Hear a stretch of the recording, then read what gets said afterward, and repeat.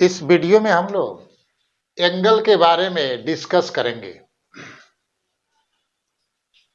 10th class में या 10th class के नीचे हम लोग एंगल कैसे बनाते थे, तो एक लाइन लेते थे और चांद लेते थे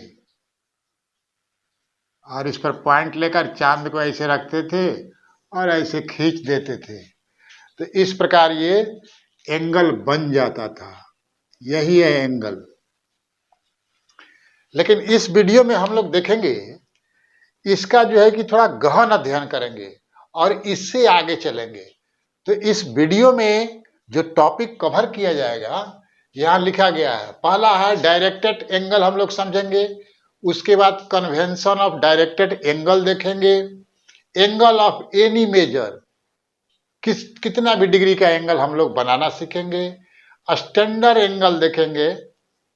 एंगल इन क्वाड्रेंट किसको बोलते हैं वो देखेंगे। क्वाड्रेंटल एंगल देखेंगे। को टर्मिनल एंगल देखेंगे। मेजर ऑफ एंगल, जैसे कि दो टाइप होता है। और उसके बाद ये जो अपना वॉच होता है, घड़ी, तो उसके अंदर जो दो सुई जिसको हैंड बोलते हैं, आवर हैंड और मिनट हैंड, तो उनका भी कुछ कॉन्सेप्ट हम लोग क्लियर करेंगे। तो चालू करते हैं हम लोग एंगल से। तो सबसे पहले हम लोग देखेंगे कि एंगल कहते किसे हैं, एंगल किसे कहते हैं। एक प्रश्न है, एंगल किसे कहते हैं।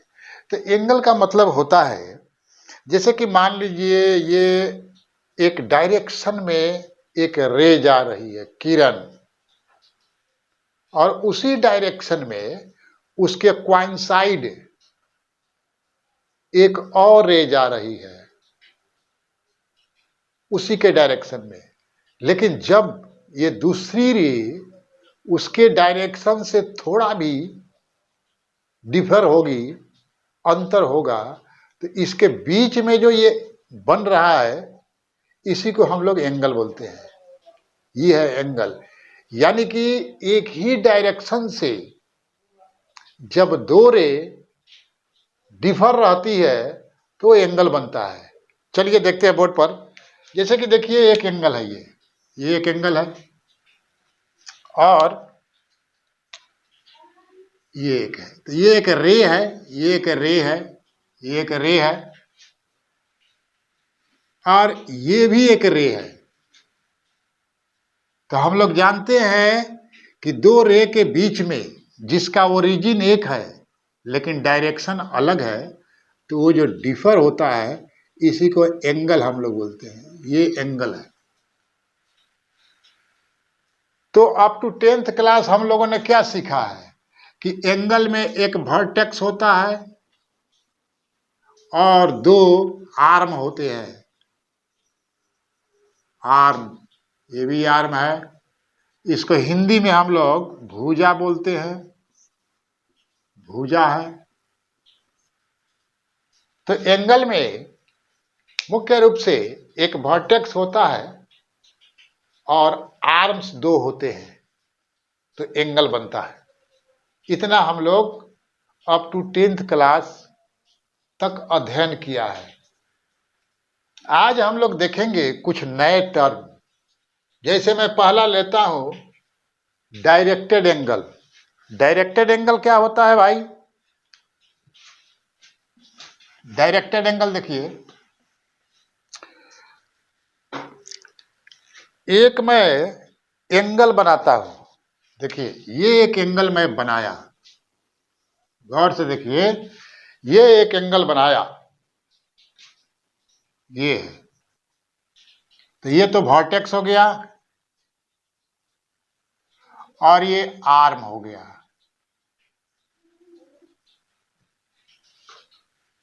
ध्यान से देखिए, मैं डायरेक्टेड एंगल का डिफिनीशन डिफाइन कर रहा हूं। ये वर्टेक्स हो गया, ये आर्म हो गया, दो आर्म है। अगर इसमें दो आर्म में अगर एक आर्म को फिक्स कर दिया जाए,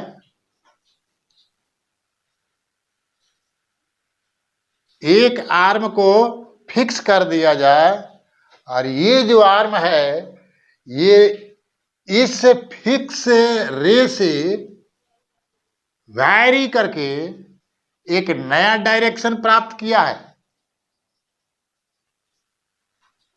तो जिस साइड को, जिस आर्म को हम लोग फिक्स करते हैं, तो इसको नाम दे दिया जाता है इनिशियल आर्म। अब आपके ऊपर डिपेंड करता है आप किसको फिक्स कर रहे हैं, इसको फिक्स कर रहे हैं कि इसको फिक्स कर रहे हैं।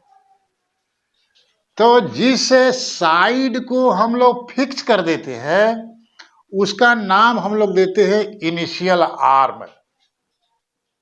और दूसरा जो साइड है इसको हम लोग ऐसा समझ के चलते हैं कि ये दूसरा जो साइड है एंगल का, यह पहले फिक्स पर था और ये धीरे धीरे अपना डायरेक्शन पकड़ा और ये एंगल बना दिया। तो एक हो गया इनिशियल आर्म, और जो मूव किया, जो चलकर एक दूसरा डायरेक्शन प्राप्त किया जिसके चलते एक एंगल बना, तो जो मूव किया उसको बोलते हैं टर्मिनल आर्म।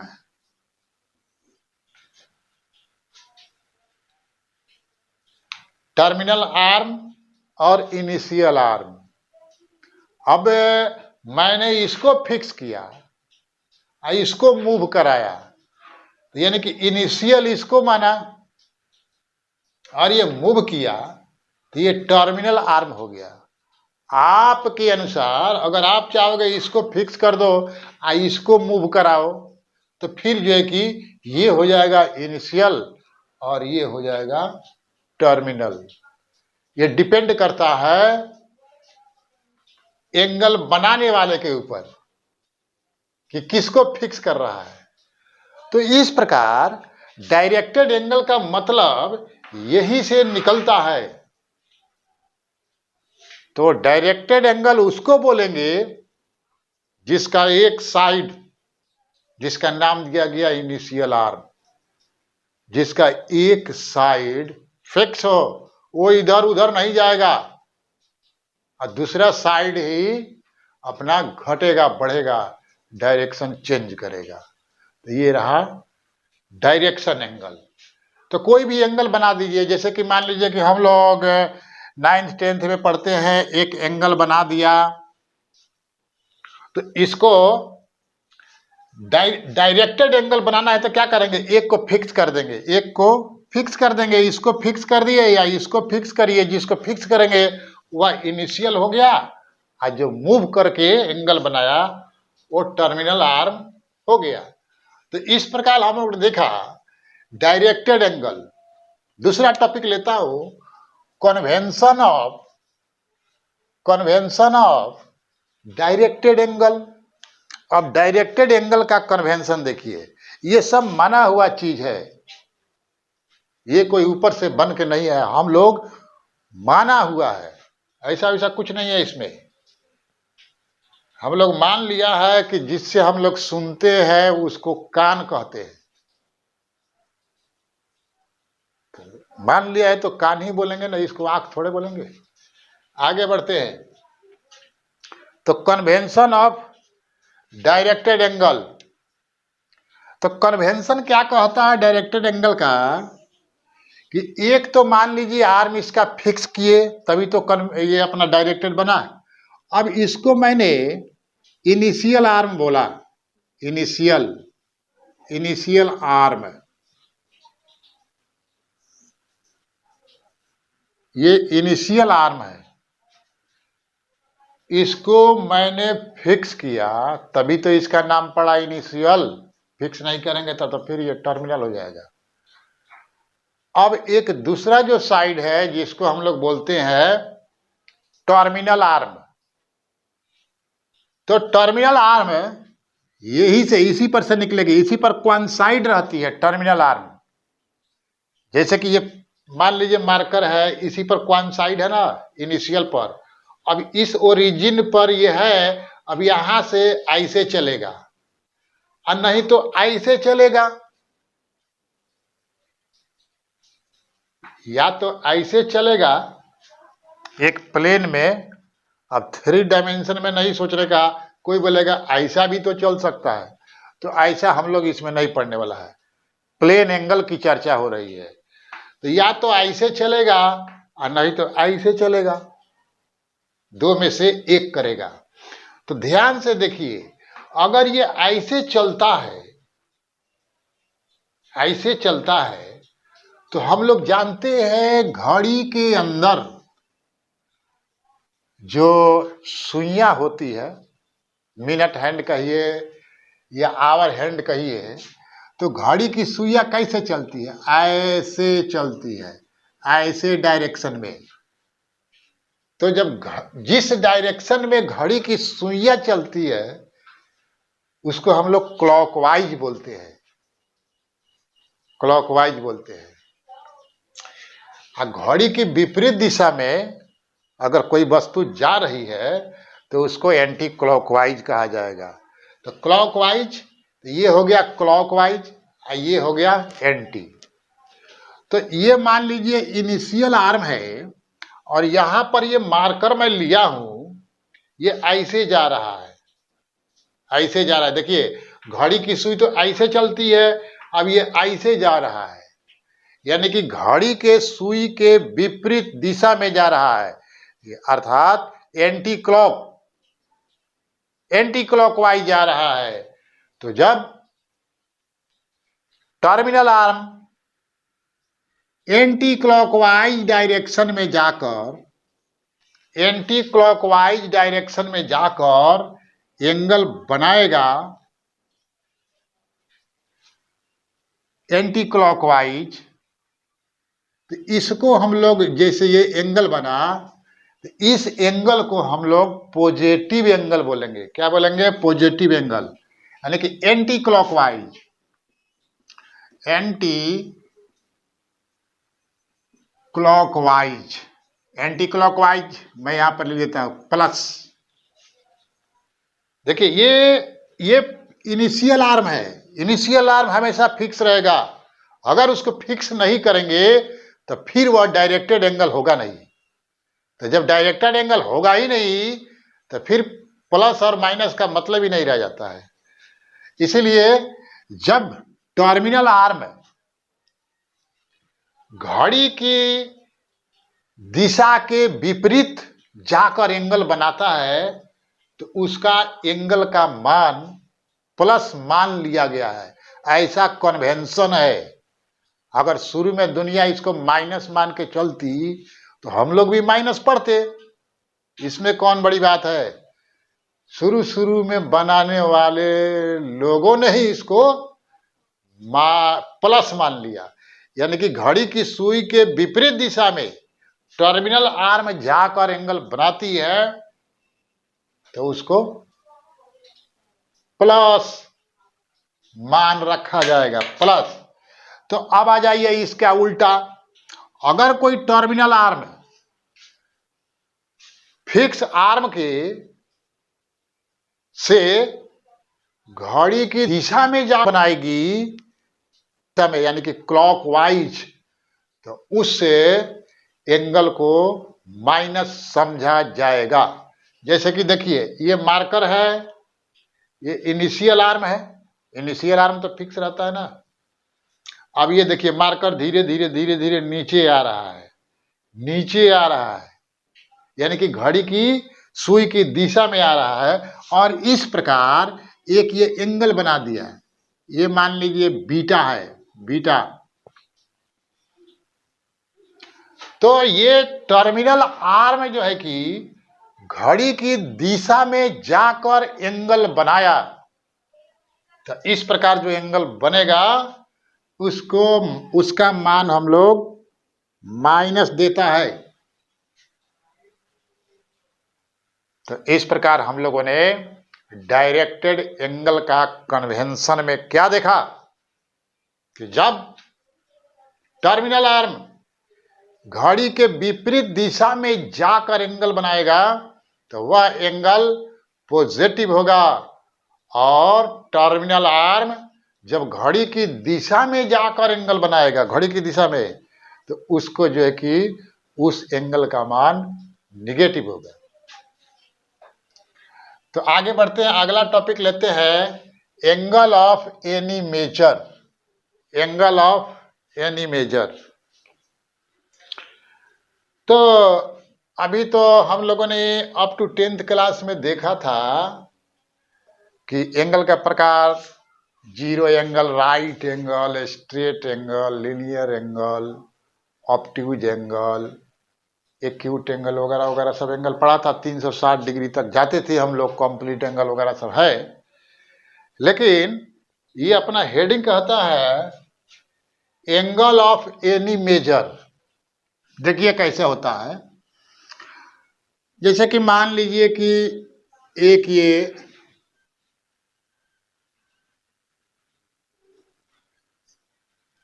ये लाइन है, इस लाइन पे पॉइंट है, यहां पर एक रे इधर है, फिक्स रे है, यानी कि इनिशियल आर्म है, और एक रे घड़ी के विपरीत दिशा में चलते हुए जा रही है। तो यहां पर आई तो ये एंगल बना एक, फिर यहां गई तो ये एक एंगल बना, फिर यहां गई तो एक ये एंगल बना, फिर यहां गई तो एक ये एंगल बना, और ऐसे होते हुए यह एक चक्कर मारकर फिर इसी पर आ गई। ये देखिए इसी पर आ गई। या फिर मान लीजिए कि एक चक्कर पूरा मार दिया, इसी पर आ गई, जहां से चली थी वहीं पर आ गई, तो हम लोग बोलते हैं कि ये कंप्लीट एंगल है। यानी कि 360 डिग्री का एंगल यहां बना, एक राउंड मार कर जहां से रे चली थी वहीं पर आ गई, तो उसको बोलते हैं कंप्लीट एंगल। और इसका जो है कि मान 360 डिग्री होता है। अब आगे बढ़ते हैं। मान लीजिए कि कोई वस्तु ये चल रही है और एक राउंड मारकर रुकी नहीं, वो आगे बढ़ती जा रही है। अब देखिए ये आ गई, यहां पर आ गई, तो एक राउंड मारी तो 360 हुआ भाई। एक राउंड से ये थोड़ा ज्यादा निकल गई ना, तो अगर इसको मान लेते हैं 60 डिग्री, तो 60 डिग्री और जोड़ेंगे तो हो जाएगा 0 6 6 12, ये 420 हो गया। अब मान लीजिए कोई टर्मिनल आर्म जो है कि एक चक्कर मार दिया, 360 बन गया, 2 चक्कर मार दिया, तो 2 चक्कर में कितना डिग्री बन जाएगा? तो 360 720 बन जाएगा। अढ़ाई चक्कर मार दिया, 2.25 चक्कर मार दिया, तो वैसे वैसे जो है कि एनी मेजर, किसी भी मेजर का हम लोग एंगल बना सकते हैं। एंगल किस पर डिपेंड करता है? चांद के ऊपर डिपेंड करता है? चांद तो 360 ही के बनाएगा ना प्रोटेक्टर।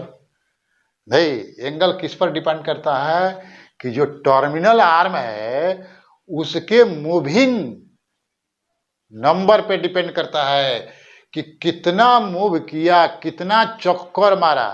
अगर मान लिए 10 चक्कर मार दिया तो 360 गुणे 10 यानी 3600 डिग्री बना दिया। तो इस प्रकार इस चैप्टर में हम लोग देखेंगे कि एंगल हम लोग कितने भी मेजर का बना सकते हैं, और इसका इंप्लीमेंट देखेंगे। अगला टॉपिक में चलते हैं। अगला टॉपिक है स्टैंडर्ड एंगल। अब देखिए स्टैंडर्ड एंगल क्या होता है। अभी हम लोगों ने डायरेक्टेड एंगल देखा, अभी स्टैंडर्ड आ गया, तो स्टैंडर्ड को भी देखते हैं हम लोग। तो स्टैंडर्ड भी कुछ ऐसा वैसा है नहीं। अगर आप डायरेक्टेड एंगल समझ गए हैं तो फिर स्टैंडर्ड एंगल कुछ नहीं है। ध्यान से देखिए, हम लोग ग्राफ खींचते हैं, ग्राफ का क्या कन्वेंशन है उससे डिफाइन होगा अपना जो है कि स्टैंडर्ड एंगल। ग्राफ में हम लोग 10th क्लास तक पढ़ा है ना जी। एक जो है कि हॉरिजॉन्टल लाइन होती है और इसको एक वर्टिकल लाइन 90 डिग्री पर काटती है। ये लीजिए, ये काट दिया 90 डिग्री पर, ऐसे तिरछा वर्छा नहीं, 90 डिग्री पर काटती है। और जो हॉरिजॉन्टल लाइन है इसको हम लोग एक्स डैश एक्सिस बोलते हैं। ये सब माना हुआ चीज है, ये ऊपर से टपका नहीं है, ये हम लोग बनाया है, बोलते हैं ऐसा। अब ऐसे जो लाइन है उसको हॉरिजॉन्टल बोलते हैं, ये जो खड़ी जो लाइन है इसको वर्टिकल बोलते हैं। अगर कन्वेंशन आता है कि नहीं, ये जो खड़ी लाइन है इसको हम लोग हॉरिजॉन्टल बोलेंगे, ये जो पड़ी लाइन है इसको वर्टिकल बोलेंगे। तो फिर हम लोग उसी को ढोते। तो इसमें घबराने वाली बात नहीं है। जो ये हॉरिजॉन्टल लाइन होती है इसको हम लोग कहते हैं एक्स एक्सिस, एक्स अक्ष। और ये जो वर्टिकल लाइन जो है, जो एक्स एक्सिस को 90 डिग्री पर काटा है, इसको बोलते हैं वाई एक्सिस, वाई डैश। आज ये जो दो लाइन एक दूसरे को काटी है और जहां पे ये कटा है उस पॉइंट को हम लोग बोलते हैं ओरिजिन। ये बेसिक कंसेप्ट है। तो ये ओरिजिन हो गया। अब ये ओरिजिन से आप एक्स एक्सिस पर राइट साइड में जाएंगे तो ये पॉजिटिव एरिया होता है। ओरिजिन से इधर जाएंगे तो पॉजिटिव होता है, इधर आएंगे तो निगेटिव होता है, इसीलिए यहां पर डैश लगा दिया जाता है ये। ओके, तो इधर निगेटिव हो गया, इधर पॉजिटिव हो गया। अब वाई एक्सिस का बात है, ऊपर जाएंगे तो पॉजिटिव होगा, नीचे आएंगे तो निगेटिव होगा। ये सब हम लोग सीख चुके हैं अप टू 10th क्लास। यहां पर हम लोग जो है कि वो स्टैंडर्ड एंगल को डिफाइन करने जा रहे हैं। तो स्टैंडर्ड एंगल वैसा एंगल जिसका इनिशियल आर्म एक्स एक्सिस पर पॉजिटिव डायरेक्शन में हो, तो उस एंगल को हम लोग जो है कि स्टैंडर्ड एंगल बोलेंगे। जैसे कि मान लीजिए मैं एक एंगल ये बनाया है, ये एंगल है, तो ये डायरेक्टेड एंगल है। ये डायरेक्टेड एंगल कब होगा? जब इसके एक आर्म को हम लोग फिक्स कर देंगे, मान लेंगे कि ये फिक्स है, ये इनिशियल है, चाहे ये इनिशियल है। It is depend on your thinking process. इसको इनिशियल मानते हो तो ये टर्मिनल हो जाएगा, ये अगर इनिशियल मानते हो तो ये टर्मिनल हो जाएगा। तो स्टैंडर्ड एंगल कहता है कि ऐसा डायरेक्टेड एंगल, यानी कि उसमें एक फिक्स है, तो ऐसा डायरेक्टेड एंगल जिसका इनिशियल आर्म एक्स एक्सिस के पॉजिटिव डायरेक्शन में हो। तो जैसे कि मान लीजिए एक एंगल है, इसको मैंने इनिशियल मान लिया, तो ये टर्मिनल हो गया। अब इसको उठा के लेके जा रहे हैं, यहां लगा दिया, ये रख दिया इस पर, तो ये जो एंगल बना, देखिए एंगल वही है। जब एक्स एक्सिस पर गया पॉजिटिव डायरेक्शन में, तब ये हो गया स्टैंडर्ड एंगल। तो स्टैंडर्ड एंगल का मतलब ये हुआ कि ऐसा एंगल जिसका इनिशियल आर्म एक्स एक्सिस के पॉजिटिव डायरेक्शन में हो, एक्स एक्सिस पर पॉजिटिव डायरेक्शन में हो, तो इस तरह जो है कि स्टैंडर्ड एंगल बनता है। तो स्टैंडर्ड एंगल हो गया। अब चलते हैं, पांचवा है एंगल इन ए क्वाड्रेंट। तो एंगल इन ए क्वाड्रेंट, तो जो स्टूडेंट अपना अप टू 10th क्लास वगैरह में अच्छा से ध्यान से ये ग्राफ पढ़ा होगा ना, तो उसको समझने में दिक्कत नहीं है। जैसे देखिए, ये जो एक्स एक्सिस और वाई एक्सिस और ये जो ओरिजिन है, इसको हम लोग गौर से देखें तो यहां पर 4 पार्ट बन गया है। हम लोग जानते हैं ये है फर्स्ट क्वाड्रेंट, ये सेकंड क्वाड्रेंट, ये थर्ड क्वाड्रेंट और ये हो गया फोर्थ क्वाड्रेंट। ये हम लोग जानते हैं। अब कोई स्टैंडर्ड एंगल है तो उसका जो टर्मिनल आर्म है तो जिस क्वाड्रेंट में होगा उस एंगल को हम लोग क्वाड्रेंटल एंगल बोलेंगे। जैसे कि एक एंगल है, ये देखिए, ये इसका ये अपना स्टैंडर्ड एंगल है, तो स्टैंडर्ड एंगल है। और ये देखिए इसका जो है कि टर्मिनल आर्म किस में आ गया, फर्स्ट क्वाड्रेंट में, तो ये फर्स्ट क्वाड्रेंट का एंगल हो गया। एक्चुअली ये वाई एक्सिस और एक्स एक्सिस एक दूसरे को 90 डिग्री पे काटती है ना भाई, तो ये हो गया 90 डिग्री यहां तक, यहां से यहां हो गया 180 डिग्री, और फिर यहां से ये हो गया 270 डिग्री, और फिर यहां से total one complete rotation 360 degree. तो किसी एंगल का टर्मिनल आर्म जिस क्वाड्रेंट में होता है उस क्वाड्रेंट का वो एंगल होता है, और इस प्रकार जो एंगल बनते हैं उनको क्वाड्रेंटल एंगल कहा जाता है।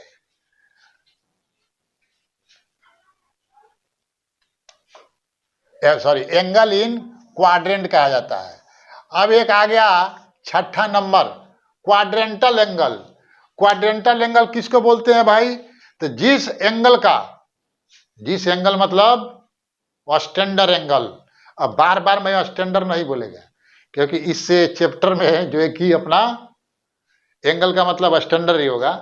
तो जिस स्टैंडर्ड एंगल का इनिशियल आर्म एक्सिस पे हो, जैसे कि यहां से चलते चलते यहां आके रुक गया, यहां से चलते चलते यहां आके रुक गया, यहां से चलते चलते यहां आके रुक गया वाई एक्सिस पर, और फिर यहां से चलते चलते जहां से चला था वही उसी एक्सिस पर आ गया, तो जो इसका टर्मिनल आर्म है किसी एंगल का किसी एक्सिस पे रहता है, और इस स्थिति में जो एंगल बनता है उसी को हम लोग बोलते हैं, क्या बोलते हैं भाई, क्वाड्रेंटल एंगल।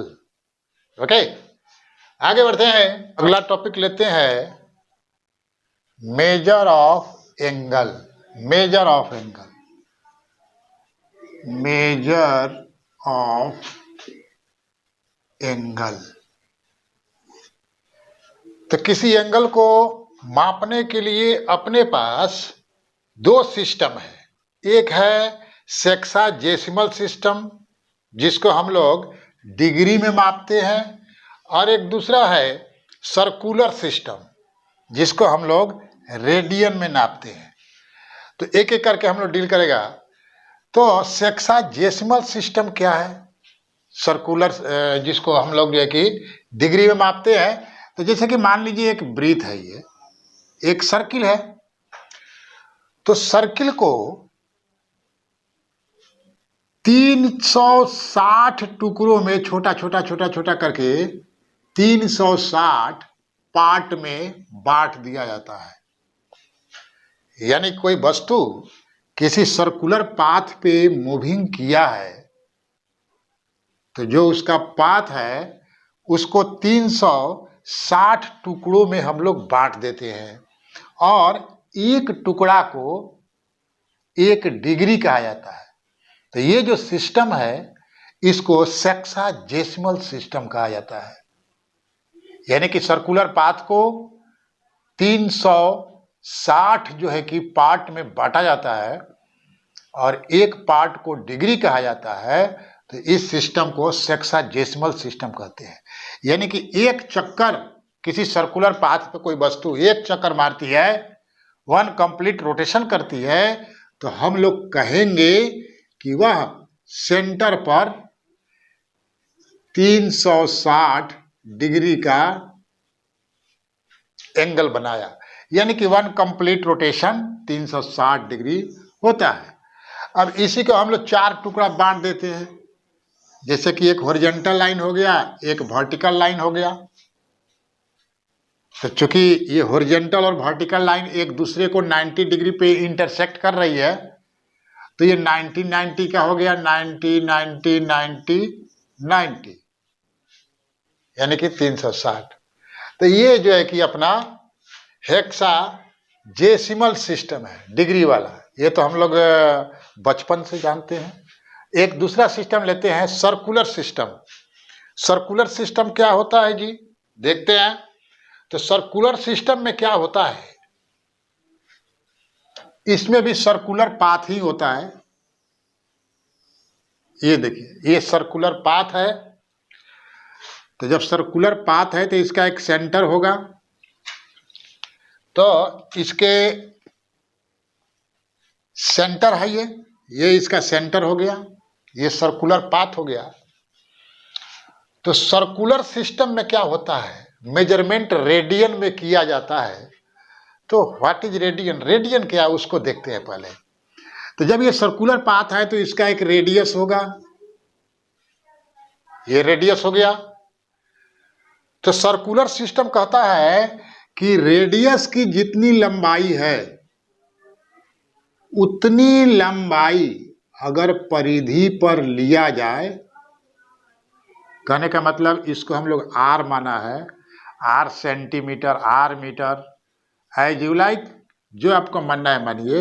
ये इसकी लंबाई अगर आर है, इतना ही लंबा परिधि पर लिया जाए, जैसे कि ये ले लिया, ये भी आर हो गया, और इसके इंड पॉइंट को मिला दिया जाए, तो ये जो एंगल बना इसको हम लोग बोलते हैं 1 रेडियन, 1 रेडियन।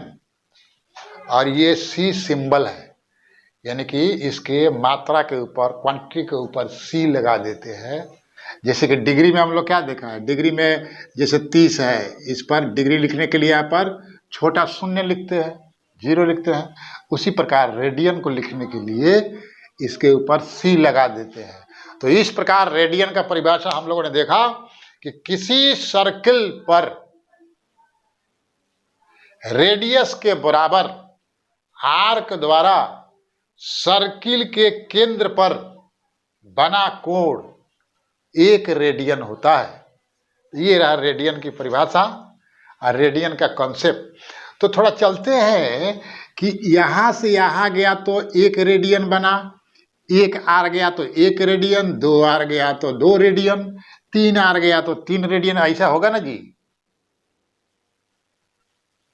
तो ये टोटल ये वृत्त का जो परिधि है ये कितना है, तो हम लोग पढ़ते हैं ना, वृत्त का परिधि बराबर 2 पाई आर, ऐसा लिखते हैं 2 पाई आर।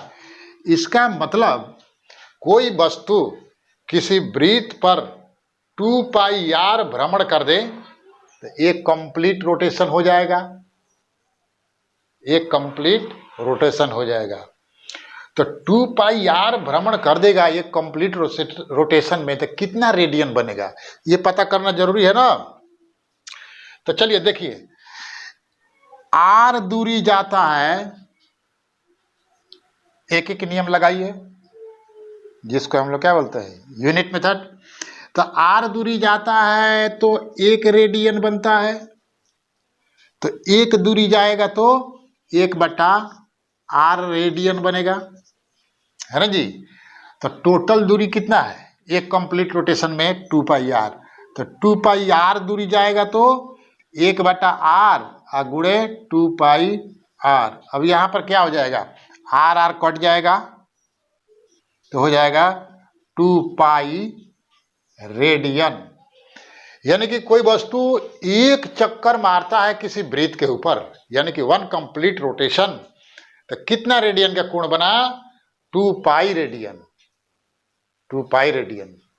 लेकिन इसके पहले हम लोगों ने देखा कि एक चक्कर कोई वस्तु मारती है किसी वृत्त पर तो कितने डिग्री का बनता है, तो 360 डिग्री का बनता है।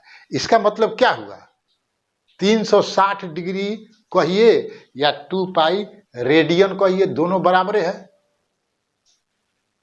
360 डिग्री कहिए या चाहे 2 पाई रेडियन कहिए, अभी हम लोगों ने देखा ना। तो इस प्रकार हम लोग लिख सकते हैं कि 2 पाई रेडियन बराबर होता है 360 डिग्री। ये जो है कि fundamental relation between degree and radian, ये है फंडामेंटल रिलेशन। 2 पाई रेडियन बराबर 360 डिग्री, फंडामेंटल फॉर्मूला कहिए या फंडामेंटल कॉन्सेप्ट कहिए, और यही से डेराइव फॉर्मूला सब निकलता है। इसको हम लोग को याद रखना पड़ेगा। 2 पाई रेडियन बराबर 360 डिग्री। अब इसमें दोनों साइड में 2 से भाग दे दीजिए। 2 से भाग देंगे तो क्या ये कट कट, ये भी कट, 180 डिग्री हो जाएगा। यानी कि क्या मतलब, पाई रेडियन बराबर 180 डिग्री, ये हो गया पाई रेडियन बराबर 180 डिग्री। तब यहां से एक और निकाल लेते हैं, तो 1 रेडियन बराबर कितना डिग्री होगा, तो सबके पास तो 1 रहता है ना जी, तो इस पाई को इसके नीचे कर देते हैं, यानी कि 1c बराबर 180 डिग्री बाई पाई। ये देखिए, ये भी एक डेराइव फार्मूला हो गया। तो कोई मान लीजिए बच्चा पूछता है कि तो 1 डिग्री में कितना रेडियन होगा, तो फट से इसको इधर भेज देंगे, तो हो जाएगा 1 डिग्री बराबर, ये इसके नीचे आ जाएगा, तो पाई बटा 180। ये देखिए 1 डिग्री में पाई बटा 180 रेडियन, और 1 रेडियन में 180 बटा पाई डिग्री। इस तरह जो है कि हम लोगों ने देखा ये सर्कुलर सिस्टम और हेक्साडेसिमल सिस्टम में क्या रिलेशन है। तो रिलेशन यही है कि 2 पाई रेडियन बराबर 360 डिग्री होता है।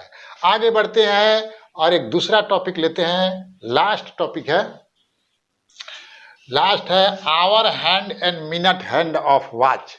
घड़ी के आवर हैंड और मिनट हैंड के बारे में थोड़ा चर्चा करेंगे। भाई देखिए, यहाँ पर ये घड़ी ऐसा ही गोल ही होता है ना, तो यहाँ पर क्या होता है, इसको हम लोग यहाँ पर लिखते हैं 12, और ठीक इसके नीचे लिखते हैं 6, हॉरिजॉन्टल में सेंटर से जो लाइन जाएगा तो इधर लिख देते हैं 3, और इधर 9 लिखते हैं, और सबको 3 पार्ट में बांट दीजिए। ये 1 हो गया, ये 2 हो गया, ये 4 हो गया, और ये 5 हो गया, ये 7 हो गया, ये 8 हो गया, ये 10 हो गया, और ये अपना 11 हो गया। ये है घड़ी, ऐसा घड़ी बनाया जाता है। यानी कि किसी सर्कल को 12 टुकड़ा में किया गया है। गौर से देखिए, 12 टुकड़ा में किया गया है। ये 12 है, ये 1 है, 2 है, 3 है, 4 है, 5 है, वगैरह वगैरह, 12 टुकड़ा में किया गया। सिंपल सी बात है। ये टोटल कितना डिग्री है, 360 डिग्री है टोटल वृत्त का सेंटर पे एक रिवॉल्यूशन में। तो 12 टुकड़ा किया गया, तो एक टुकड़ा कितना होगा, ये देखिए। मैं पूछता हूँ ये कितना डिग्री का होगा, तो क्या करेंगे, इसमें 12 से भाग दे देंगे, यानी कि 30 डिग्री। देखिए ये 30 डिग्री का है, 30 डिग्री का है। तो ये याद रखना पड़ेगा कि 12 और 1 के बीच में कितना डिग्री का कोण बनता है, 30 डिग्री का। 1 और 2 के बीच में 30 डिग्री का, 2 और 3 के बीच में 30 डिग्री का, 3 और 4 के बीच में 30 डिग्री का, ऐसे लगातार कॉन्सेक्यूटिव नंबर के बीच में 30 डिग्री का बनता है। इसको याद रखना पड़ेगा। अब आप ऐसे भी निकाल सकते हैं। कोई पूछेगा 12 और 3 के बीच में कितना डिग्री का बनेगा, तो जोड़िए ना भाई, 30 और 30 60 और 30 90, तो 12 और 3 के बीच में 90 डिग्री का बनेगा। और 2 और 4 के बीच में कितना बनेगा, तो 2 और 4 के बीच में देखिए 2 सेक्शन है, तो 30 और 30 60 का बनेगा। तो इस तरह हम लोग जो है कि निकाल सकते हैं। और इसको याद भी रखना पड़ेगा कि घड़ी में कॉन्सेक्यूटिव नंबर के बीच में कितना डिग्री बनता है, 30 डिग्री का। ओके, आगे बढ़ते हैं। तो अब थोड़ा सा हम लोग देखते हैं कि ये जो सुइयां जो होती है घड़ी के अंदर, जिसको हम लोग आवर हैंड बोलते हैं, उनका क्या रोल है। तो भाई आवर हैंड को देखेंगे तो सबसे पहले देखते हैं घंटा वाला का। घंटा वाला का तो घंटा वाला क्या करता है, एक चक्कर घंटा वाला लगाएगा तो कितना टाइम लगा, 12 घंटा। सही है ना जी। घंटा वाला यहाँ आएगा तो 12 बज गया, यहाँ आएगा तो 1 बज जाएगा, यहाँ आए तो 2 बज जाएगा। एक एक घंटा पर एक एक नंबर पे जाता है, तो टोटल एक चक्कर मारेगा तो 12 घंटा लगेगा ना। तो इस प्रकार हम लोग निकाल सकते हैं ना जी कि 12 घंटे में 360 डिग्री बनाता है सेंटर पे घंटा वाला आवर हैंड। तो 1 घंटे में कितना बनाएगा, 1 मिनट में कितना बनाएगा, वेरी सिंपल। तो चलिए देखते हैं। तो 12, पहले यहां में लिखता हूं आवर हैंड। आवर हैंड, देखिए आवर हैंड के बारे में ये सब याद रखना पड़ेगा, न्यूमेरिकल क्वेश्चन आएगा। तो आवर हैंड को देखिए, ये 12 घंटा में 360 बनाता है, तो 1 घंटे में कितना बनाएगा, 12 से भाग दे देंगे तो हो जाएगा 12 3 36 30 डिग्री। ये भाई याद रखना पड़ेगा, आवर हैंड 1 घंटा में 30 डिग्री बनाता है। तो आगे बढ़ते हैं, तो इसका पता कर लेते हैं ना, 1 मिनट में कितना बनाता है 1 मिनट में। तो देखिए 1 घंटा में 30 बनाता है, 1 घंटा मतलब 60 मिनट। तो 1 मिनट में कितना बनाएगा, 30 में 60 से भाग दे दीजिए। 1 मिनट में ये बना देगा 30/60, यानी कि कट कट बराबर 1/2 डिग्री, यानी कि हाफ डिग्री। तो आवर हैंड के बारे में याद रखना पड़ेगा कि यह 1 घंटा में 30 डिग्री बनाता है और 1 मिनट में हाफ डिग्री बनाता है। चलते हैं, इसके बाद हम लोग लिखते हैं मिनट वाला। मिनट वाला भी ऐसा ही है, सिंपल है, थोड़ा सा दिमाग कंसंट्रेट चाहिए, हो जाता है। देखिए अब मिनट वाला के बारे में सोचिए। मिनट वाला क्या करता है, 1 चक्कर मारता है, 1 चक्कर यानी कि 360 बनाता है। अरे कोई भी आदमी 1 चक्कर मारेगा, कोई भी वस्तु 1 चक्कर मारेगा तो 360 ही का बनाएगा। लेकिन प्रश्न ये उठता है कि मिनट वाला को 1 चक्कर लगाने में टाइम कितना लगता है। तो सबको तो घड़ी देखने आता है। मिनट वाला जब 1 चक्कर मारता है तो 1 घंटा लगता है, 1 घंटा। तो 1 घंटे में 360 हो गया इसका। मिनट हैंड, मिनट हैंड के बारे में जानकारी देखिए, 1 चक्कर लगाता है 1 घंटा में। तो इन 1 आवर कितना डिग्री का बनाएगा, 360 डिग्री, है ना जी। 1 चक्कर मारता है तो 1 घंटा लगाता है, 1 चक्कर का मतलब 360 डिग्री। ओके, अब 1 घंटा में निकाल लिए, तो उसी तरह इसका भी मिनट में निकालते हैं, 1 मिनट में। तो 1 मिनट में कितना बनाएगा, 1 मिनट में देखिए 1 घंटा का मतलब 60 मिनट।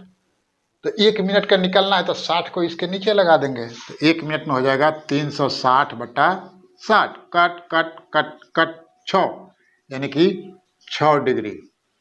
तो ये हो गया मिनट वाला 1 मिनट में 6 डिग्री बनाता है, और घंटा वाला हाफ डिग्री बनाता है। मिनट वाला 1 घंटा में 360 बनाता है, और 1 घंटा में घंटा वाला क्या बनाता है, 30 डिग्री बनाता है। तो इसको जो है ना एक टेबल में रख लीजिए, क्योंकि इस पर जो है कि क्वेश्चन सब है न्यूमेरिकल। तो मैं यहाँ पर एक टेबल बना देता हूँ, देखिए इसको थोड़ा याद रखिए। देखिए यहाँ पर लिखते हैं हैंड, यहाँ पर लिखते हैं इन 1 आवर, और यहाँ पर लिख देते हैं इन 1 मिनट। मिनट हैंड में हम लिखते हैं पहले आवर वाला। आवर वाला 1 घंटा में कितना बनाता है, 30 डिग्री, आवर हैंड है ये। अच्छा 1 मिनट में कितना बनाता है, हाफ डिग्री। अब इसमें चलिए मिनट वाला में, मिनट हैंड 1 घंटा में कितना बनाता है, 360 डिग्री। 1 मिनट में कितना बनाता है, तो 360 में 60 से भाग दे दीजिए, काट काट 36 6 डिग्री, 6 डिग्री।